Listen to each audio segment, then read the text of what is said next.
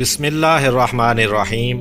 السلام علیکم ناظرین، آج کی ویڈیو میں ہم آپ کو بتائیں گے پیغمبر خدا حضرت ابراہیم علیہ السلام کی ازواج مطہرات حضرت سارہ اور حضرت ہاجرہ کے بارے میں۔ ناظرین، جب نمرود نے حضرت ابراہیم علیہ السلام کو ملک بابل سے نکال دیا تو حضرت ابراہیم علیہ السلام ملک شام کی طرف روانہ ہوئے۔ ان کے ساتھ ان کی بیوی حضرت سارہ اور ان کے بھتیجے حضرت لوط علیہ السلام تھے۔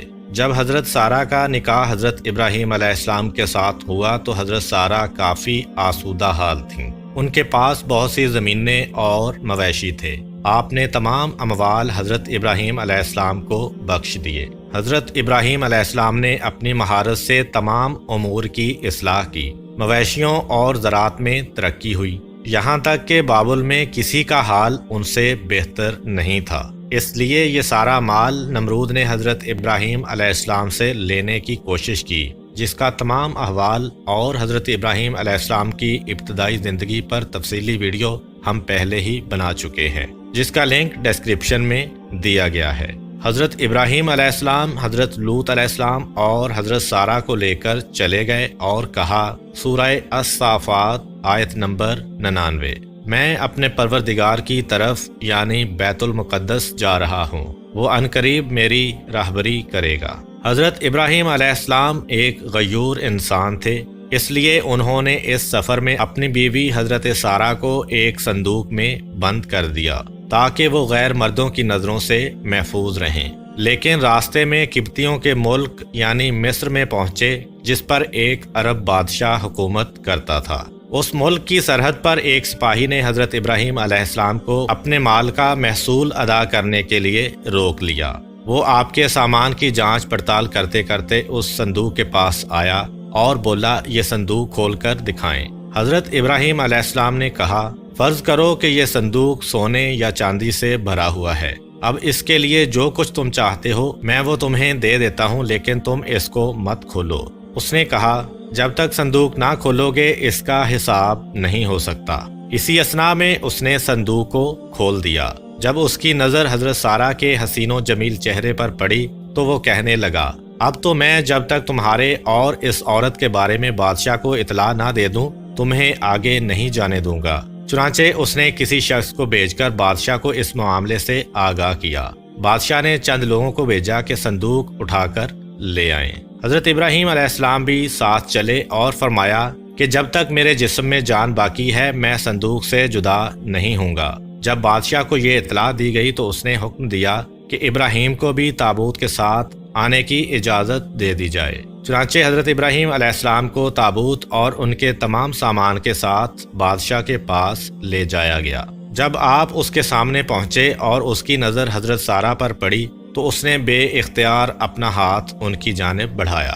حضرت ابراہیم علیہ السلام جو غیرت و حمیت کا سرچشمہ تھے، وہ سخت پریشان ہوئے اور ادھر سے منہ پھیر کر اللہ تعالیٰ سے کہا، پروردگار میرے اہل حرم کو اس شخص کے ہاتھ سے محفوظ رکھنا۔ اسی وقت بادشاہ کا ہاتھ سوکھی لکڑی کی مانند ہو گیا اور اس نے حضرت ابراہیم علیہ السلام کو مخاطب ہو کر کہا، کیا تمہارے خدا نے میرا ہاتھ خشک کر دیا ہے؟ حضرت ابراہیم علیہ السلام نے فرمایا، ہاں، میرا خدا غیور ہے اور وہ حرام کاموں کو ناپسند کرتا ہے۔ بادشاہ نے کہا، آپ اپنے خدا سے دعا کریں کہ وہ میرا ہاتھ ٹھیک کر دے، میں آپ کے حرم کے ساتھ کوئی ایسی حرکت نہیں کروں گا۔ چنانچہ حضرت ابراہیم علیہ السلام نے دعا کی اور بادشاہ ٹھیک ہو گیا۔ تاہم اس نے دوبارہ حضرت سارہ کی جانب دیکھا اور اپنا ہاتھ ان کی طرف بڑھایا۔ اس پر پہلے کی طرح اس کا ہاتھ پھر خشک ہو گیا۔ تب اس نے دوبارہ حضرت ابراہیم علیہ السلام سے دعا کی درخواست کی۔ آپ نے فرمایا، اب میں تمہارے ہاتھ کے شفا یاب ہونے کے لیے اس شرط پر دعا کروں گا کہ تم پھر سے اپنا ہاتھ آگے نہیں بڑھاؤ گے۔ اگر تم ایسا کرو اور تمہارا ہاتھ خشک ہو جائے تو پھر تم مجھ سے دعا کے لیے نہیں کہو گے۔ بادشاہ نے یہ شرط مان لی۔ تب ابراہیم علیہ السلام نے کہا، اے پروردگار، اگر یہ سچ کہہ رہا ہے تو اس کے ہاتھ کو ٹھیک کر دے۔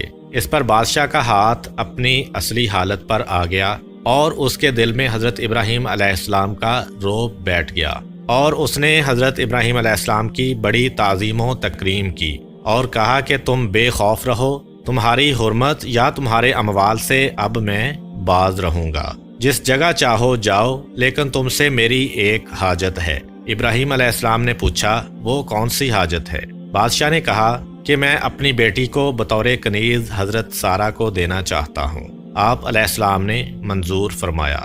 بادشاہ نے اپنی بیٹی حضرت سارہ کو بطور کنیز عطا کر دی۔ بادشاہ کی یہ بیٹی کوئی اور نہیں بلکہ حضرت ہاجرہ تھیں، جن کو بعد میں اللہ تعالیٰ کے حکم سے حضرت ابراہیم علیہ السلام نے اپنی بیوی کا درجہ دیا، اور انہی کے بطن سے اللہ تعالیٰ نے حضرت ابراہیم علیہ السلام کو حضرت اسماعیل علیہ السلام عطا کیے۔ حضرت ابراہیم علیہ السلام اپنے اہل و اموال کے ساتھ روانہ ہوئے۔ بادشاہ بھی ان کی تعظیم کے لیے ان کے پیچھے چلا۔ خدا نے ابراہیم علیہ السلام کو وحی کی کہ کھڑے ہو جاؤ اور اس بادشاہ کے آگے نہ چلو جس پر قابو پا چکے ہو، بلکہ اس کو آگے کرو اور خود اس کے پیچھے چلو اور اس کی تعظیم کرو، کیونکہ وہ بادشاہی کے باوجود مغلوب اور ناچار ہے، خواہ نیکوکار ہے یا بدکار۔ یہ سن کر ابراہیم علیہ السلام کھڑے ہو گئے اور بادشاہ سے کہا آگے چلو کہ میں تمہاری تعظیم کروں اور تم کو مقدم رکھوں اور تمہاری عزت و اکرام کی وجہ سے تمہارے پیچھے چلوں۔ بادشاہ نے پوچھا کیا ہوا، تمہارے خدا نے ایسی وحی کی ہے؟ ابراہیم علیہ السلام نے کہا ہاں۔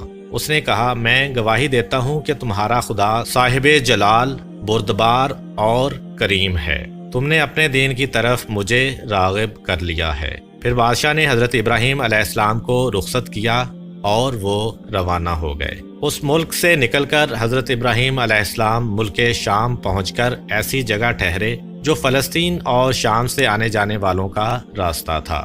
اس راستے پر اللہ کے ان نیک بندوں نے رہنا سہنا شروع کر دیا۔ امید کرتا ہوں کہ آپ کو آج کی ویڈیو پسند آئی ہوگی۔ ویڈیو کو لائک ضرور کریں تاکہ ہم آپ کے لیے مزید اچھی ویڈیوز لاتے رہیں، اور دوستوں کے ساتھ شیئر کرنا بھی مت بھولیں۔ حضرت ابراہیم علیہ السلام کی آگے کی زندگی کے حالات ہم آپ کو آنے والی ویڈیوز میں بیان کریں گے۔ اللہ آپ سب کا حامی و ناصر ہو۔ ملتے ہیں ایک نئی ویڈیو کے ساتھ، تب تک کے لیے اجازت دیجیے۔ اللہ حافظ۔